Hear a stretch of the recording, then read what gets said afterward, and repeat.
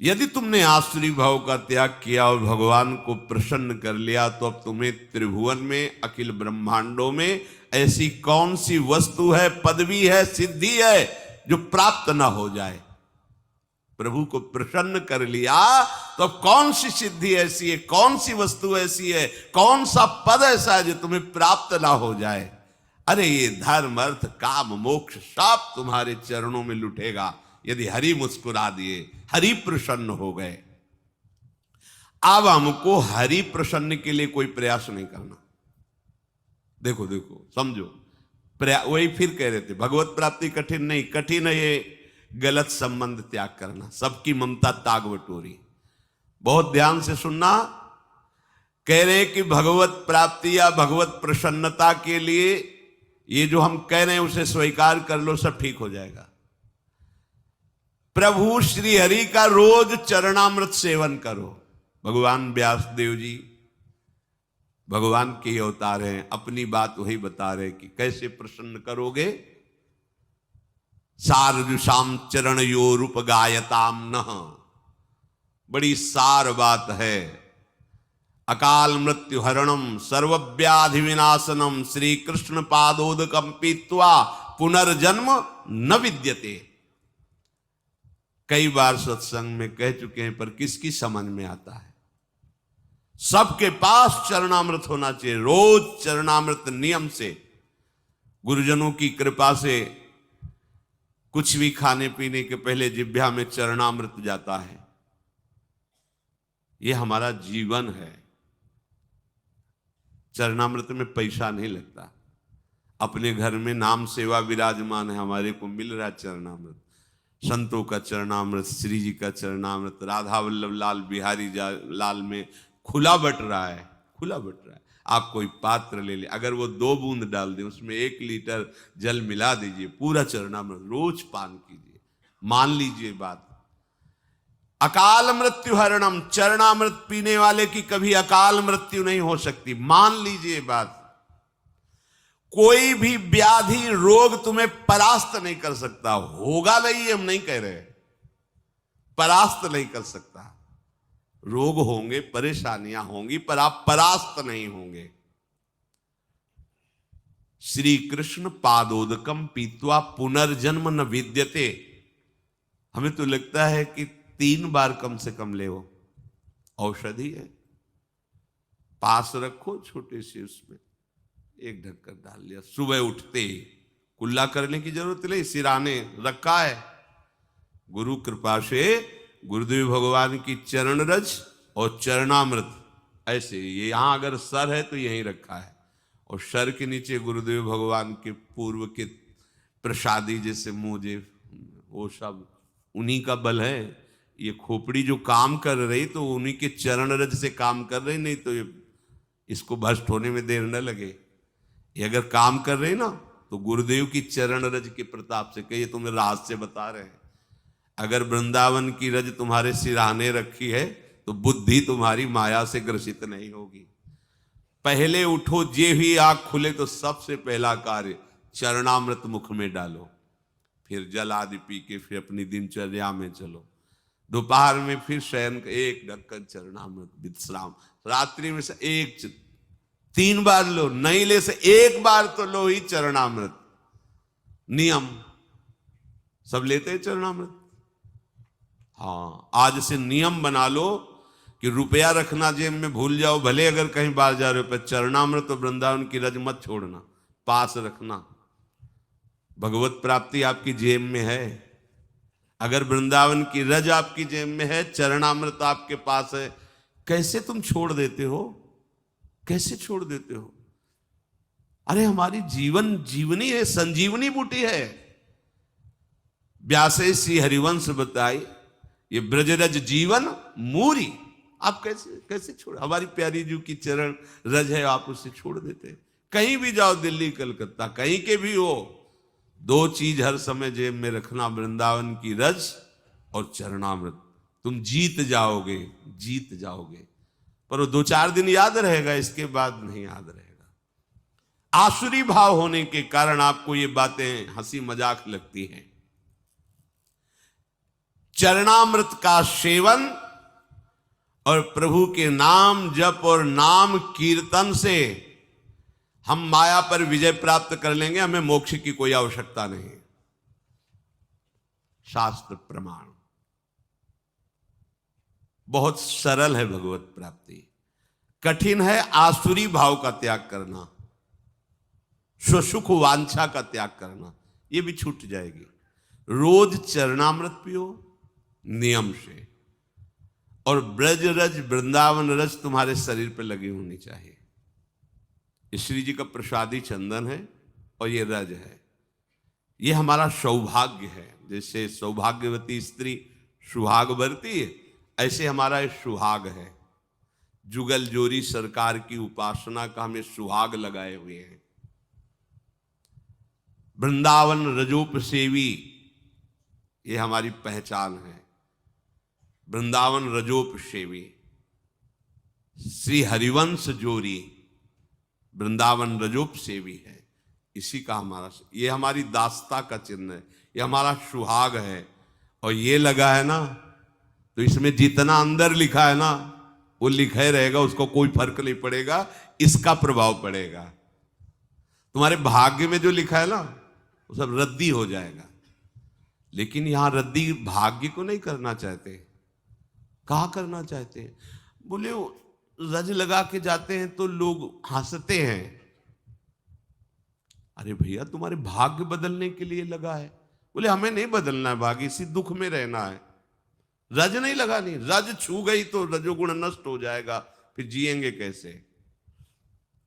अगर हम देखते हैं जैसे वृंदावन में से, तो कई बार देखे कर क्या रहा था, ऐसे बीच वाली अंगूरी से ऐसे रज छुआ और पहले से हटा दिया, फिर ऐसे कर, रज न छू जाए, कैसे कैसे मंगल होगा? बड़े बड़े महापुरुष कह रहे हैं जब तक निष्किंचन महापुरुषों की चरण रस से अभिषेक नहीं होगा तब तक तुम्हें ब्रह्मबोध या भगवत अनुराग हो ही नहीं सकता। निष्किंचना नाम न वृणीत यावत। चरणामृत का रोज सेवन और रज रानी को पास में रखना और नाम जप करना, बस हो गया। उसी को तो भगवान कह रहे हैं अभ्यास योग युक्तेन।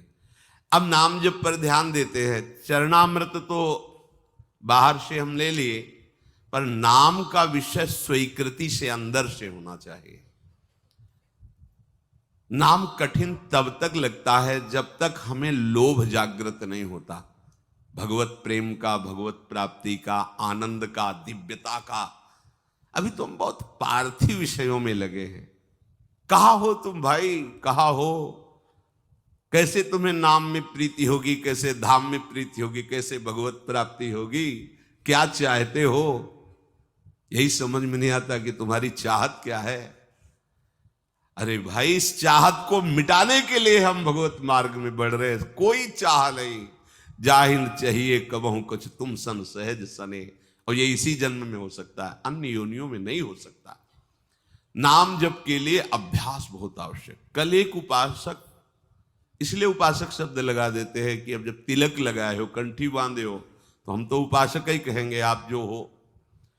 अरे 20 साल से भजन कर रहे हैं, हमें तो कुछ, फिर हमें गुस्सा लगती है हमारे ने, प्रभु की तुम उपासना का, भजन का अपमान मत कीजिए। 20 साल चलनी में गैया दुहे, दोष दैव को दे। कैसी कैसी तुम्हारी बुद्धि? काल ही कर्म ही ईश्वर ही मिथ्या दोष लगाए। 20 साल भजन। अरे हम कह रहे बिल्कुल भजन की आवश्यकता नहीं। तुम अभी मार्ग ही नहीं जानते अध्यात्म का। अगर आप अपने आप में स्थित हो जाओ तो आपका स्वरूप ही परमात्मा स्वरूप है। क्या किसका भजन करना? आओ, 3.5 हाथ के शरीर में तुम रह रहे हो, अपने को नहीं जान रहे हो, दोष दे रहे हो भगवान को। बिल्कुल भजन की आवश्यकता नहीं, क्योंकि आपका स्वरूप ही परमात्मानंद है। आपका स्वरूप ही आत्मा में। लौट अपनी तरफ। बड़ा ज्ञानी बनता है, बड़ा प्रयत्नशील बनता है, तो हट त्रिगुण शरीर से अपने स्वरूप में कोई भजन की आवश्यकता नहीं। तभी तो कहा बोधजन्य को किसी भजन वृत्ति की जरूरत है क्या? वो तो स्वात्मा राम है, वो तो भगवत स्वरूप है। उसकी एक एक स्फुरना केवल भगवान ही होते हैं। कहां लौट रहे हो?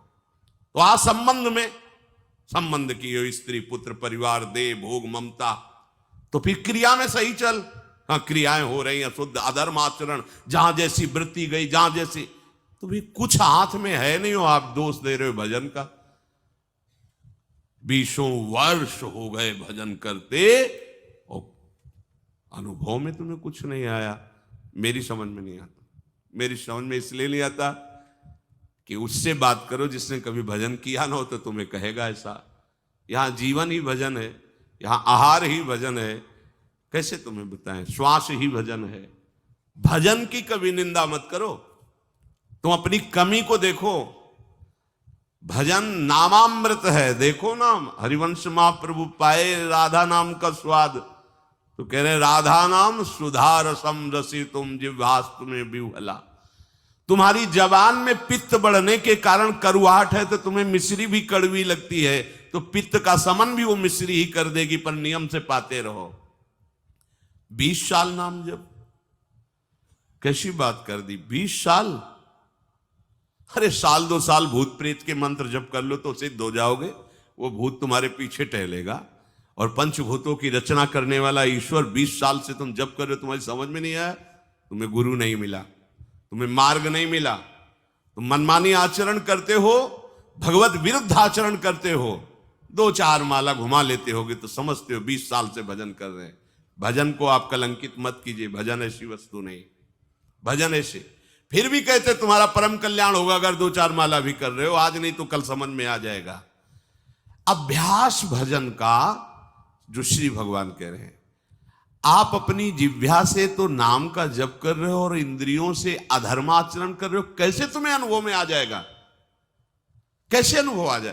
पूरे घड़े में एक छेद कहीं कर दो, वो कभी नहीं भरेगा, कभी नहीं भरेगा।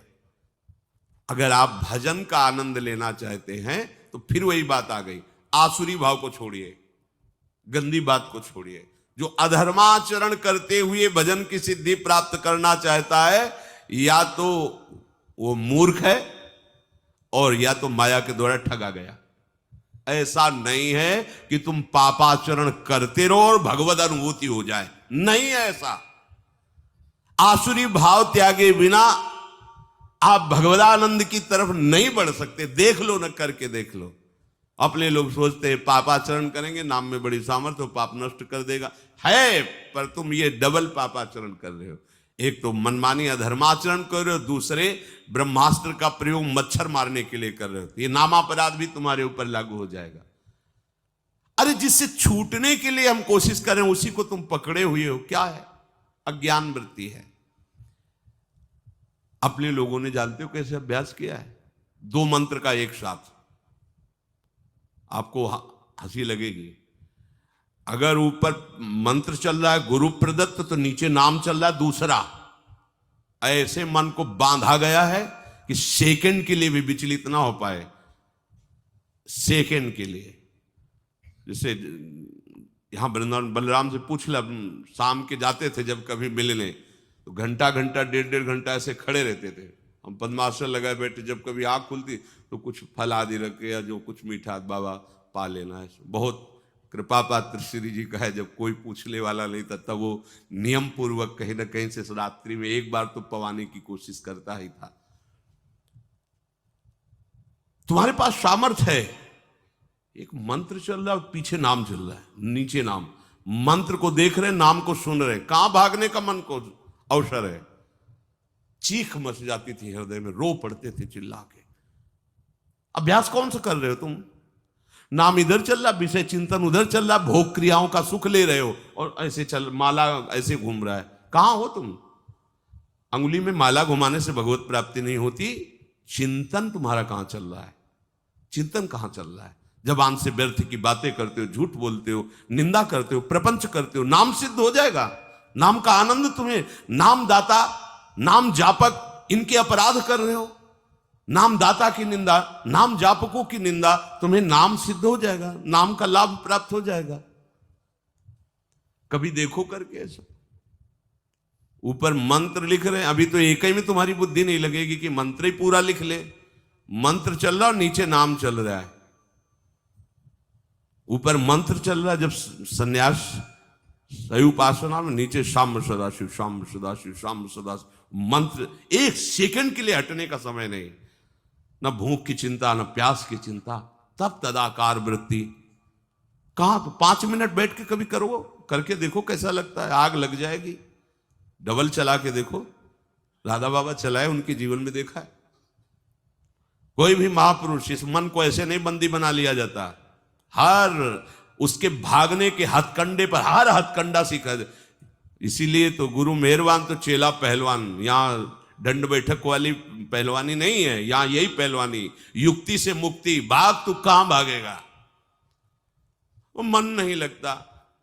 अरे शेर बनो, तुमसे खा के वो तुम्हें दहाड़ रहा है। मन बिल्ली ना बन जाए तो बताना, म्याऊं बोलेगा तुम्हारे सामने। तुम्हारे हाथ में डंडा है गुरु का, कृपा प्रसाद नाम मंत्र, फंसा इसको। नाम जप में कोई श्रम नहीं है, बस लोभ जगना चाहिए, नाम का लोभ जग जाए।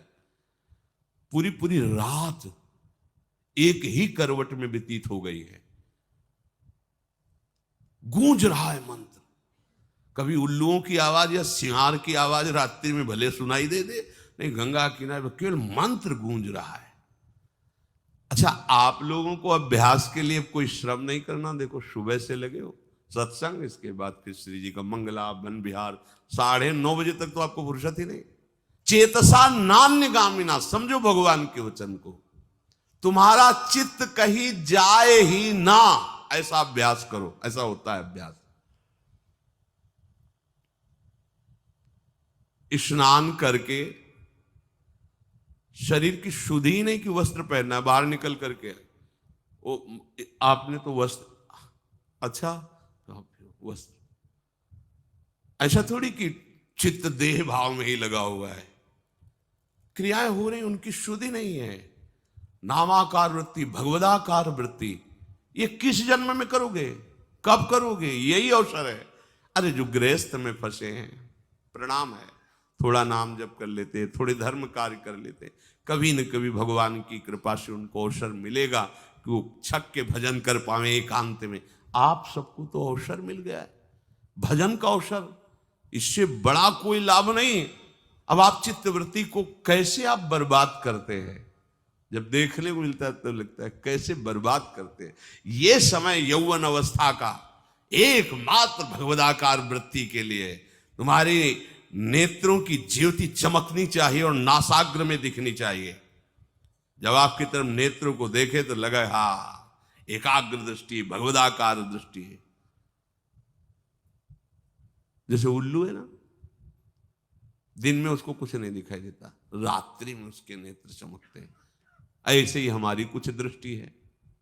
ज्ञान में हम अंधे हैं और अज्ञान अंधकार में खूब बढ़िया नेत्र काम करते। हाँ, वो ऐसा, ये भोग सामग्री, ये अंधकार, अंधकार में उल्लू को बढ़िया दिखाई देता है, लेकिन दिन के प्रकाश में उसको कुछ नहीं दिखाई देता। तो भक्ति का प्रकाश और ज्ञान का प्रकाश हमारे नेत्रों में नहीं समझ में आ रहा, माया का अंधकार हमारे समझ में आ रहा, काम क्रोध लोभ मोह, तभी हमारे उल्लू बना रही माया हमें। नाम रूपी धन, प्रियालाल के रूप का ध्यान, प्रियालाल की सेवा, इससे वंचित किए हुए है।